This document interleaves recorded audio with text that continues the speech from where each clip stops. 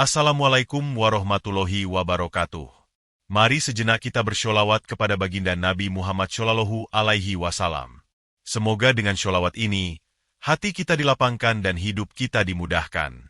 Sebelum cerita dimulai, jangan lupa tekan tombol subscribe agar tidak ketinggalan kisah-kisah penuh hikmah di saudaraku. Pernahkah kalian membayangkan jika seorang kepala desa menggunakan jabatannya untuk memperkaya keluarganya sendiri? Bagaimana jika bantuan desa hanya dinikmati oleh istri-istrinya, sementara warga lain hanya bisa memandang? Apakah etika kepemimpinan masih berarti? Pagi itu, langit desa Sukamaju di Kabupaten Bogor tampak mendung. Udara dingin menusuk tulang, seakan menyimpan rahasia besar yang akan segera terungkap. Di salah satu gang kecil, seorang pria tua berkemeja rapi berjalan tertatih menuju kotak pos. Tangannya menggenggam sebuah amplop coklat yang sudah agak kusut. Semoga ini sampai ke tangan yang benar, bisik Pak Arwan lirih, sebelum memasukkan surat itu dan melangkah pergi tanpa menoleh. Desa Sukamaju dalam beberapa bulan terakhir memang berubah. Bukan karena pembangunan yang meningkat, melainkan isu-isu tentang kepala desa yang punya 8 istri dan memberi perlakuan istimewa kepada keluarganya. Warga mulai resah, tapi tak ada yang berani bicara. Balai desa tampak seperti rumah keluarga besar sang kepala desa. Anak-anak dari istri-istrinya berlarian di dalam kantor desa, menggunakan fasilitas umum seakan milik pribadi. Di sebuah warung kecil, percakapan warga menggambarkan kegelisahan mereka. Bayangkan aja, Bu, istri Pak Kades 8. Semuanya dikasih bantuan sembako, dapat rumah dari dana desa, dapat modal usaha juga, kata Burani sambil menyeduh kopi. Kita aja yang warga asli sini malah susah dapat bantuan, sahut Pak Udin, mantan RT yang kini membuka bengkel kecil. Namun semua hanya berhenti pada keluhan. Hingga Pak Arwan, seorang pensiunan guru yang dihormati, memutuskan menulis surat kepada Gubernur Jawa Barat, KDM. Ia tak menyebutkan namanya dalam surat itu, tapi menyisipkan bukti dan kesaksian yang cukup untuk menggambarkan keadaan sesungguhnya. Hari-hari berlalu. Warga tetap bergelut dengan ketimpangan, dan kepala desa Dadang makin menunjukkan kekuasaan penuh di desanya. Ia kerap terlihat mengenakan jas resmi walau hanya ke warung, diiringi 2 orang dari linmas yang lebih mirip ajudan. Sementara itu, surat itu kini sedang berada di sebuah meja di Gedung Sate Bandung, dan tangan yang membukanya adalah milik seseorang yang tak pernah ragu bertindak tegas. Di hari yang sama, kabar angin mulai menyebar. Mobil hitam berplat dinas gubernur meluncur ke arah barat. Tujuannya, Desa Sukamaju.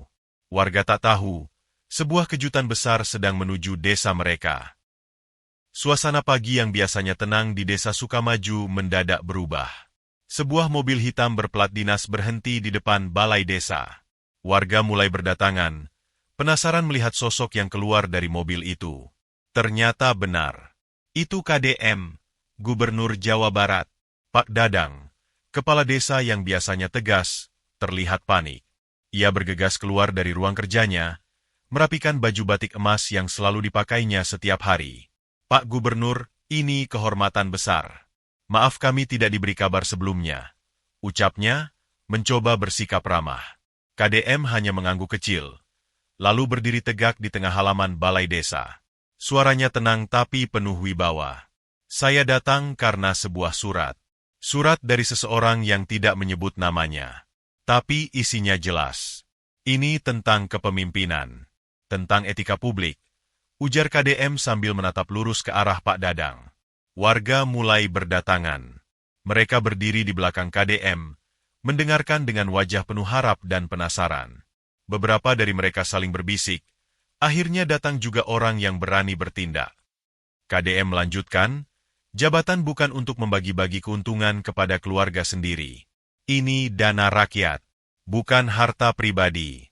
Kepala desa seharusnya jadi pelayan masyarakat, bukan raja di wilayahnya.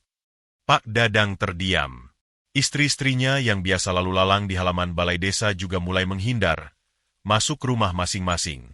Ketegangan semakin terasa saat KDM mengeluarkan sebuah map coklat dari tasnya. Saya sudah memverifikasi laporan ini.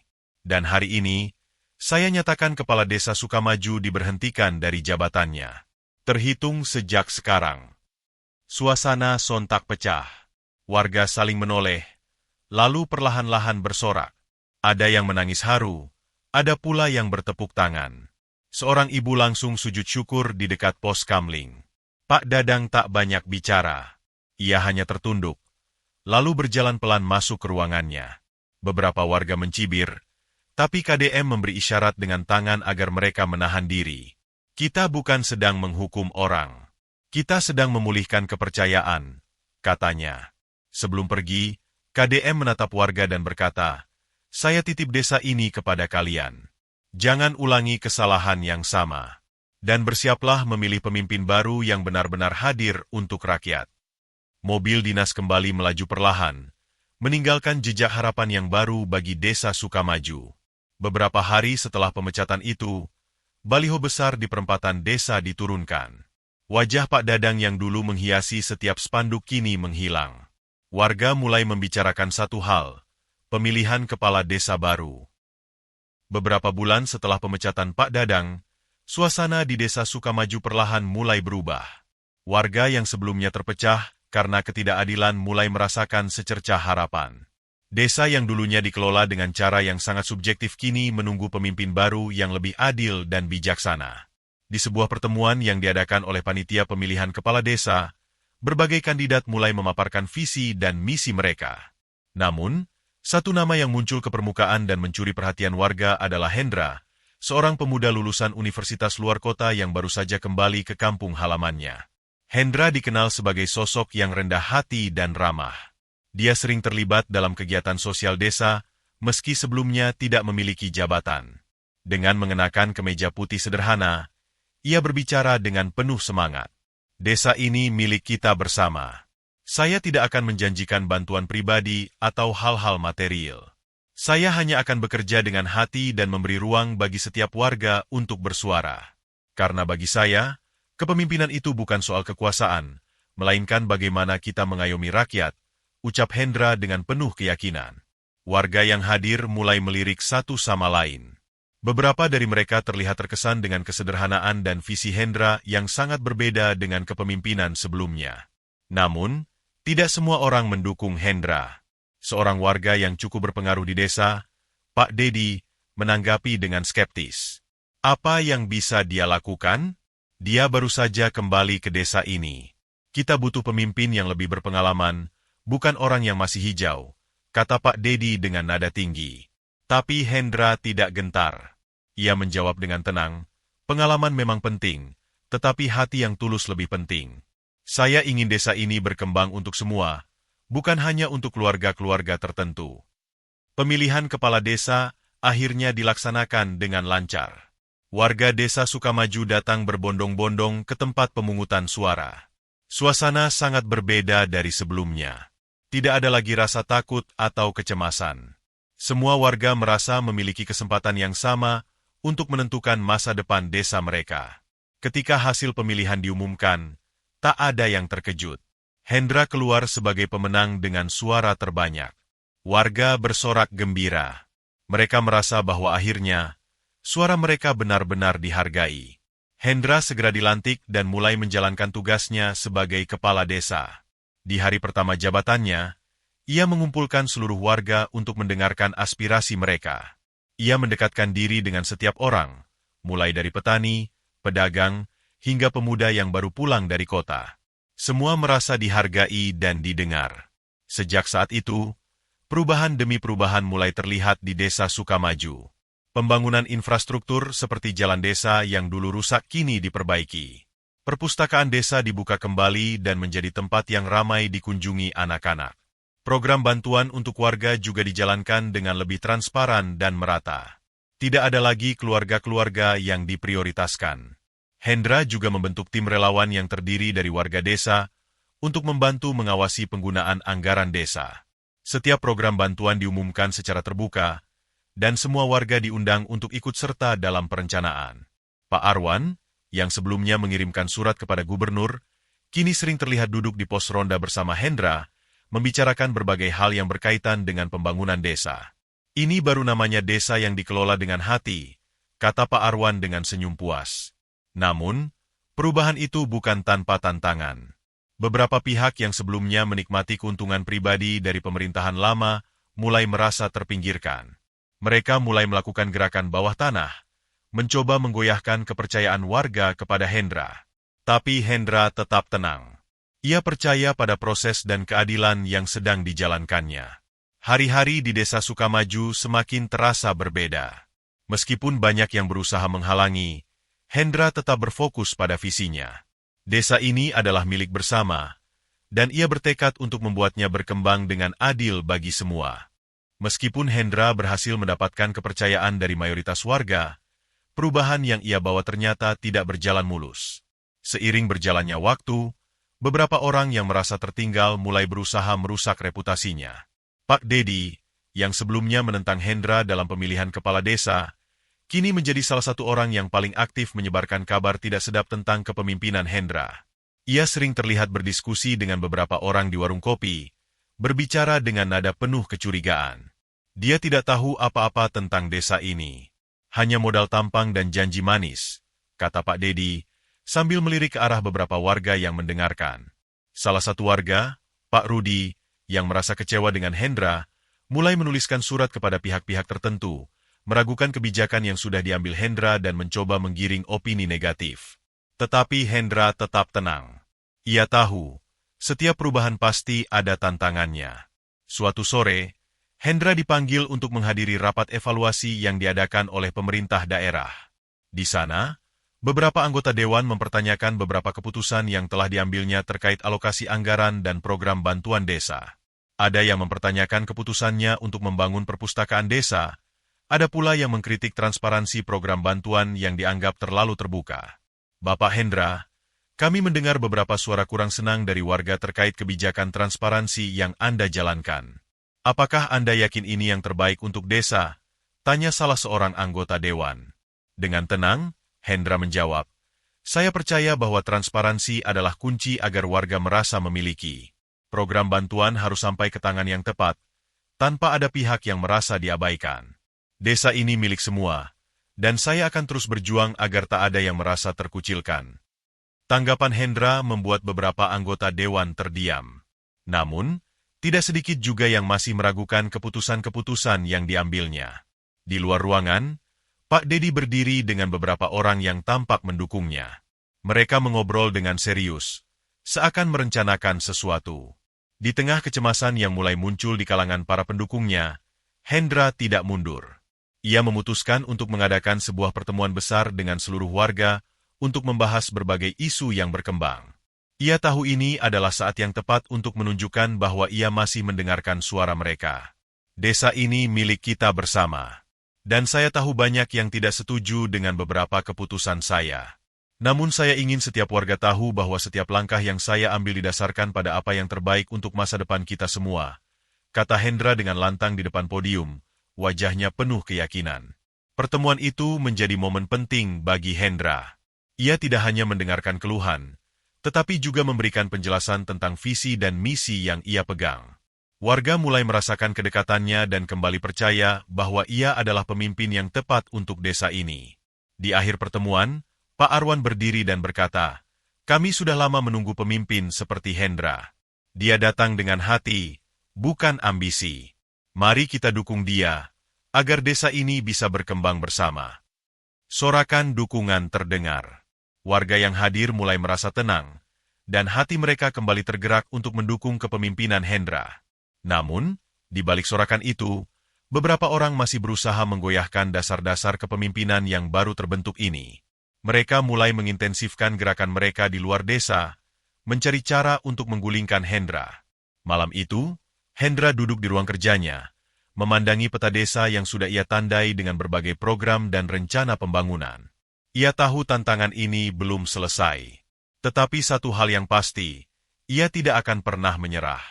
Ini untuk mereka, untuk desa ini, gumamnya, sambil merapikan dokumen yang akan ia bawa ke rapat keesokan harinya. Desa Sukamaju telah berubah, dan ia bertekad untuk menjaga perubahan itu tetap berjalan, meski badai menghadang.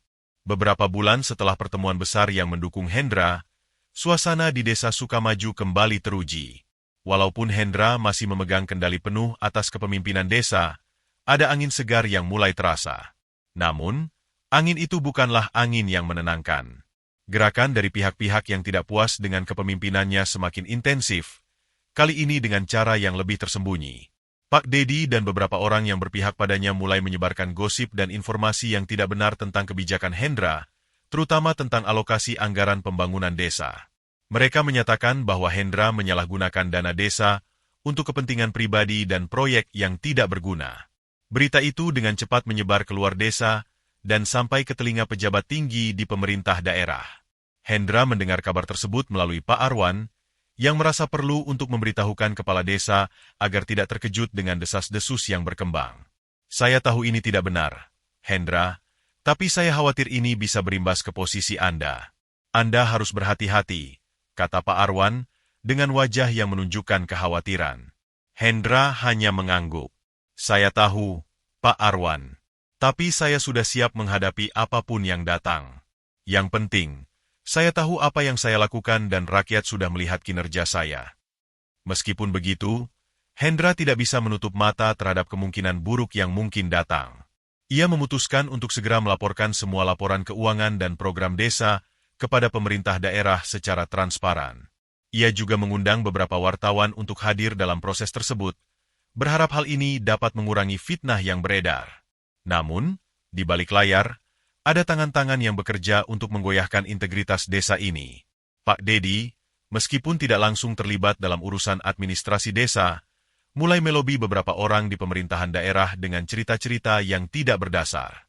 Bahkan, ia mencoba mendekati beberapa anggota dewan yang sempat meragukan Hendra sebelumnya. Suatu hari, ketika Hendra sedang bekerja di kantornya, tiba-tiba Pak Dedi datang menemui dia.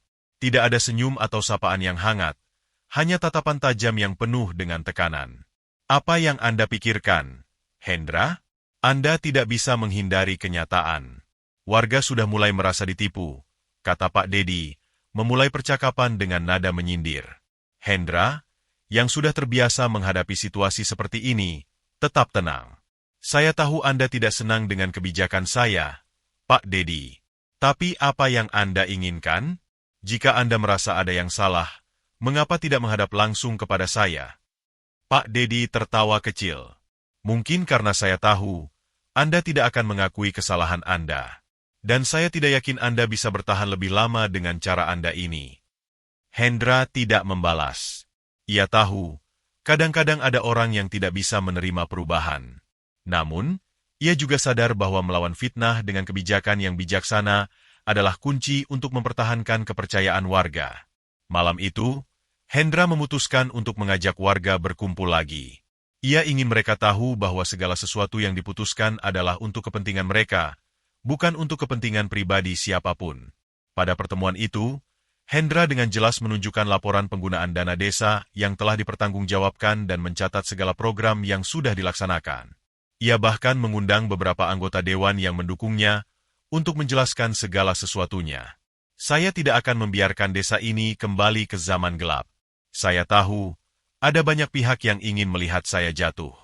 Tapi saya percaya, jika kita bersama-sama, kita akan mengalahkan segala fitnah dan kecurigaan, kata Hendra dengan keyakinan yang kuat.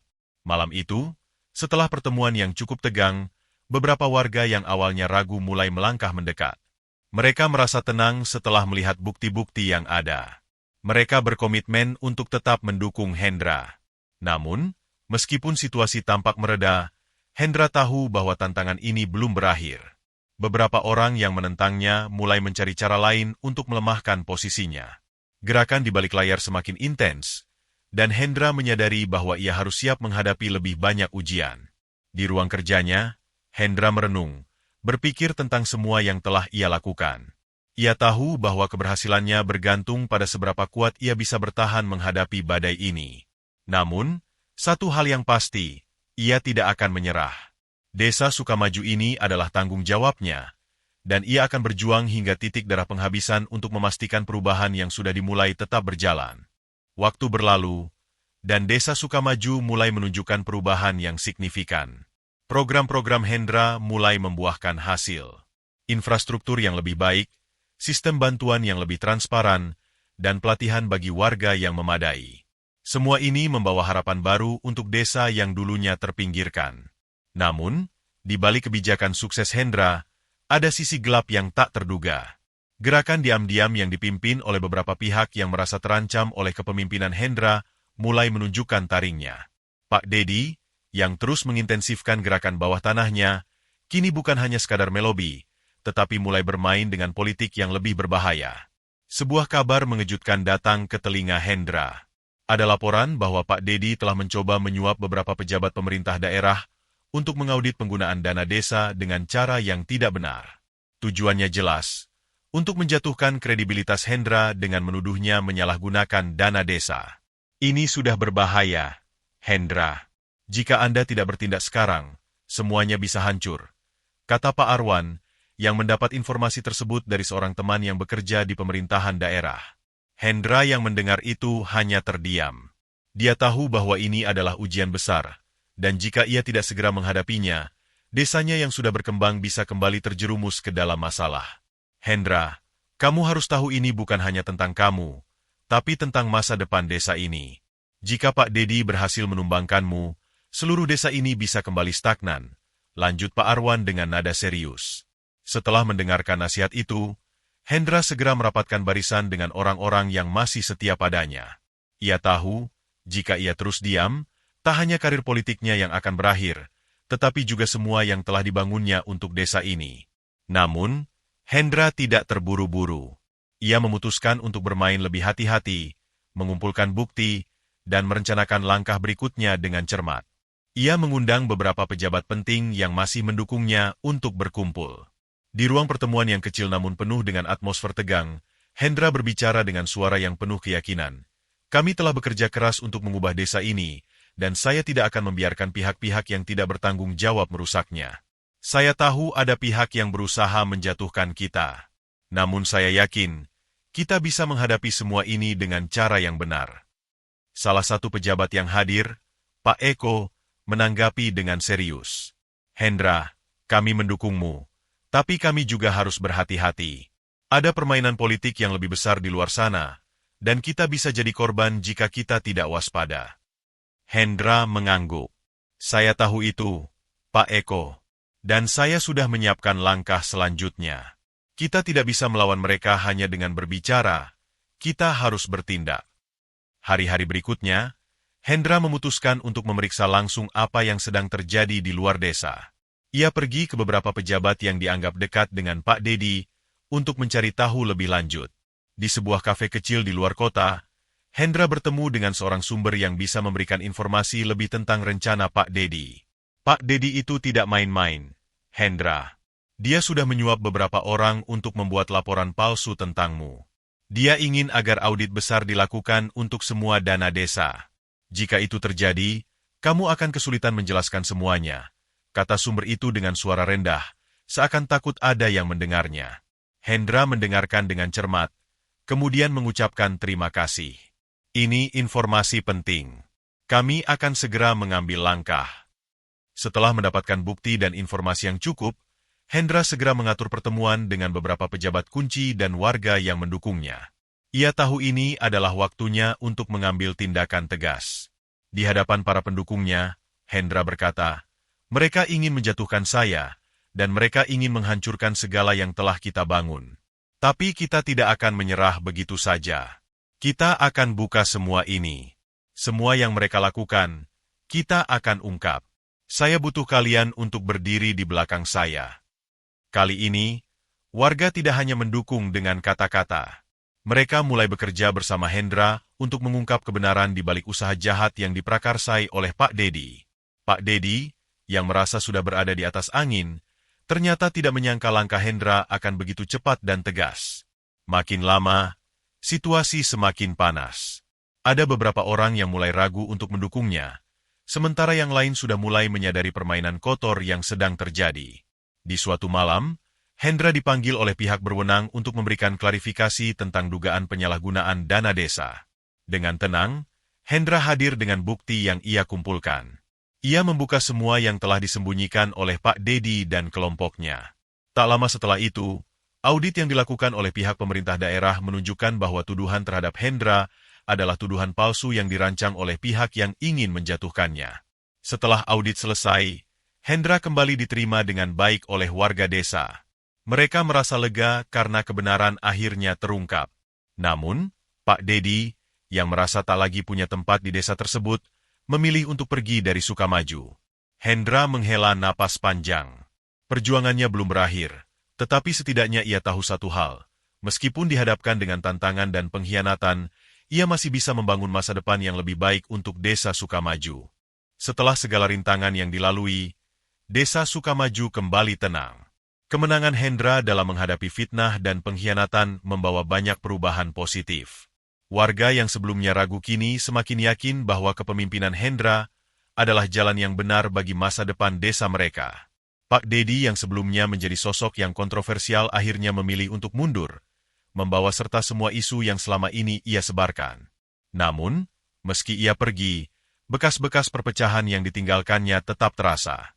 Hendra tahu bahwa butuh waktu untuk benar-benar memulihkan hubungan yang retak, terutama dengan beberapa kelompok warga yang sempat terpengaruh oleh berita buruk yang tersebar. Namun, Hendra tidak menyerah. Ia melanjutkan tugasnya dengan penuh semangat. Ia mulai mempererat hubungan dengan warga melalui dialog terbuka, mendengarkan keluhan mereka, dan memperbaiki apa yang perlu diperbaiki. Ia juga melibatkan warga dalam setiap keputusan penting yang diambil untuk desa. Langkah ini tidak hanya meningkatkan kualitas hidup mereka, tetapi juga membangun kembali rasa saling percaya. Beberapa bulan setelah kejadian tersebut, desa Sukamaju kembali mengalami perubahan besar. Infrastruktur desa semakin maju, dengan adanya jalan yang lebih baik, fasilitas pendidikan yang memadai, dan pelayanan kesehatan yang meningkat. Semua ini tidak terlepas dari kebijakan Hendra yang transparan dan melibatkan masyarakat. Di hari perayaan ulang tahun desa yang ke-50, Hendra berdiri di panggung utama, dikelilingi oleh warga yang antusias. Mereka merayakan keberhasilan bersama, meski banyak tantangan yang telah dilalui. Wajah-wajah cerah dengan senyum yang tulus menggambarkan rasa syukur yang dalam atas kemajuan yang telah tercapai. Ini bukan hanya keberhasilan saya, tetapi keberhasilan kita semua, kata Hendra dengan suara penuh haru. Kita telah melewati banyak hal bersama, dan saya berjanji untuk terus berjuang demi kemajuan desa Sukamaju. Warga yang hadir memberi tepuk tangan riuh, menyambut kata-kata Hendra dengan penuh kebanggaan. Mereka kini benar-benar merasakan dampak positif dari kepemimpinan Hendra yang penuh komitmen. Di sisi lain, Pak Arwan yang selama ini menjadi penasihat setia Hendra, ikut merasakan kebanggaan yang sama. Ia tahu bahwa di balik keberhasilan ini, ada banyak kerja keras dan pengorbanan yang tak tampak oleh banyak orang. Aku bangga padamu, Hendra. Kamu sudah membuktikan bahwa dengan tekad dan kejujuran, kita bisa melewati segala rintangan, kata Pak Arwan dengan senyum bangga. Hendra hanya tersenyum dan menjawab, ini semua untuk desa Sukamaju, Pak Arwan. Semua yang kita lakukan adalah untuk mereka yang percaya dan mendukung kita. Perjalanan Hendra belum selesai. Ia tahu masih banyak tantangan yang harus dihadapi untuk memastikan desa Sukamaju terus berkembang dan sejahtera. Namun, apa yang telah ia capai bersama warga desa membuatnya semakin yakin bahwa selama mereka bersatu, tak ada yang tidak mungkin. Di malam yang tenang, setelah perayaan besar itu usai, Hendra duduk sendirian di ruang kerjanya. Ia merenung, memikirkan perjalanan panjang yang telah dilaluinya. Dari seorang kepala desa yang penuh ambisi, hingga menjadi pemimpin yang dihormati dan dipercaya oleh rakyatnya. Ia tahu bahwa jabatan ini bukan hanya tentang kekuasaan, tetapi tentang tanggung jawab besar yang harus dijalani dengan hati-hati dan penuh kasih. Semua yang telah ia lakukan adalah untuk memastikan bahwa desa Sukamaju akan terus tumbuh dan berkembang untuk generasi yang akan datang. Dengan senyuman kecil, Hendra menutup matanya sejenak. Ia tahu, perjalanan ini baru saja dimulai.